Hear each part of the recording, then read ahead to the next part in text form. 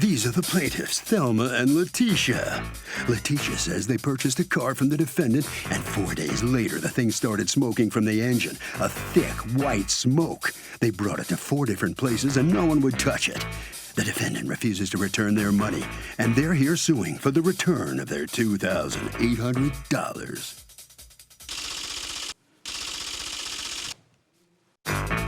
This is the defendant, Stephen Schaffner. He says the plaintiffs bought the car and then came knocking at his door 2 weeks later saying the motor and transmission were shot. When he refused to return their money, the mother went batty, saying she was going to scream in front of his door every night. Man, she sure was cursing and carrying on. He felt threatened, called the cops, and here they are. He's accused of unloading a lemon.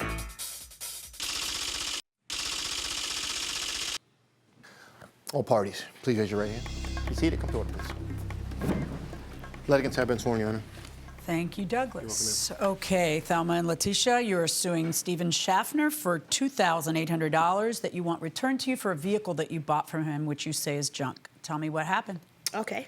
First, I just want to say I love, love, love your show. I watch it all the time, okay? It's an honor to meet you. So do you, right? Yes. Okay, we're all even. All right, so on February 27th, I actually was looking for a car for my mom on Craigslist. I saw this Ford Escape, 2004. It was up there for $3,500. It had 88,000 miles. It said one owner. It said pretty good condition. And it said price negotiable. All right, so I called Steven up and I asked, can we see the car? I told him, can we go down on the price? He said, I'm not going down that much, but I'm willing to budge a little bit. So he explained to me that the car was his son's and it was in good condition, and his son went to college now, so he doesn't need the car anymore and things like that. So I went out there, I test drove it. I drove about like 3 blocks, but it was a residential area, so I didn't go that fast. And it drove pretty good. Who's the car for? It was for my mom. Why didn't she test drive it? Well, she was there, but she trusts my judgment all the time. Did she get in the car with you when you were test driving it? Well, he did. Okay. And your mom didn't? No, my mom didn't. Is it a 2-seater? No. I'm just curious. If it's her car, how come she didn't test drive it with you? She trusts. I always make all the decisions. Okay. So, which is why I feel bad, because I know you feel bad. Go ahead. So then after that, on the 28th, the next day I added it on my policy. On March 4th. Wait, so you agreed on a price, and the price was? Oh, I'm sorry. Yeah, so we agreed on $2,800, all right? I tried to get it for $2,750, but he wouldn't budge. So I went right back and I brought the car. You got down from $3,500, right? Yeah. So, all right, so you got a deal, and you drive off. You don't have a mechanic take a look at it? No, I didn't have a mechanic. Is there any paperwork from the sale? No, we gave it to motor vehicle. The bill of sale, we gave to motor vehicle. You don't have a copy of the bill of sale? No. Do you have a copy of the bill of sale? Do you have a telephone? Yes. Do you have a telephone? Yes. Do your phones take pictures? Yes. Yes. Yes. Okay. They're not just for nasty pictures. They're also to take pictures of evidence. So you have no bill of sale to show me. I don't know what it said. I don't know what the terms and condition of the sale are.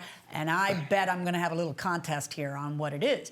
So according to you, other than to tell you it runs well and you thought it ran well because you bought it, does he say anything else? Yes, he said that if there's any problems, you can always bring it back. And he said, his son was going in college and he needed to pay his tuition. Okay. And so if there's any problem at all, just bring it back. I'll give you back your money. That's what he said. No, basically Watch he said the car this. was good. Did you say that? No. Okay. And hence why we want a bill of sale, because you're claiming he made this warranty that he doesn't have to make by law.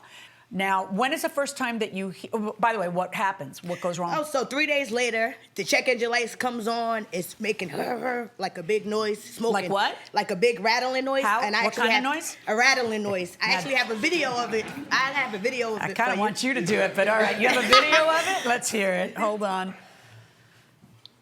It's on.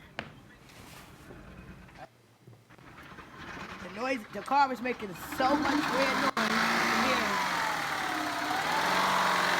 Motor rattling. Who would buy a car that sounds like this? Okay, now you can see all the smoke. Gray. The car been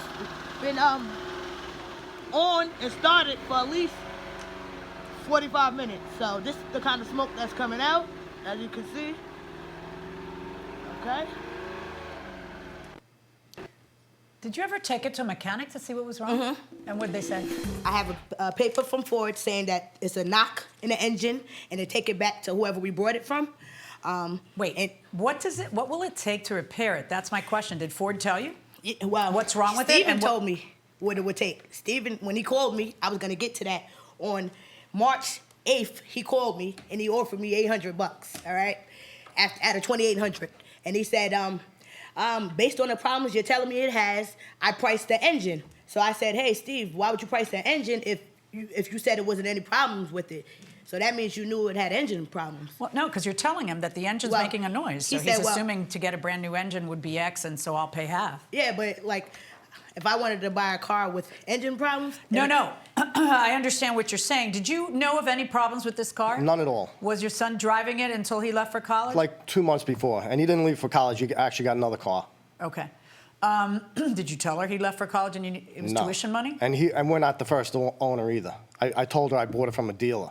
Okay. How previously had you 2 bought years. it from? We owned the car for 2 years. So somebody was driving it for the 2 years in your house? Yep. All right.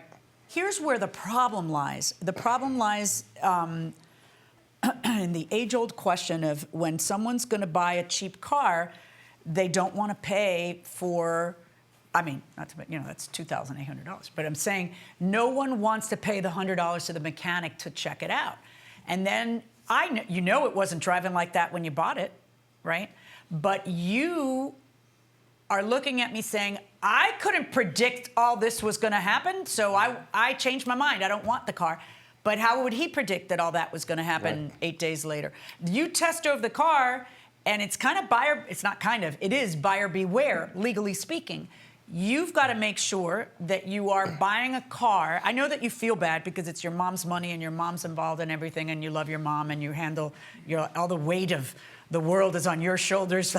I recognize that. But, part of the responsibility when you're buying a used car is to make sure that you want it because it's an as-is sale. I just felt like he got over, because we're ladies, so we didn't know much. And then when he popped the engine, we're looking at the engine, and everything sounds good. It wasn't making any noise, though. Okay, hold on. I know you're getting upset because you feel like they're saying you're taking advantage of ladies, because that is exactly what she said. But here's the thing, ladies, okay?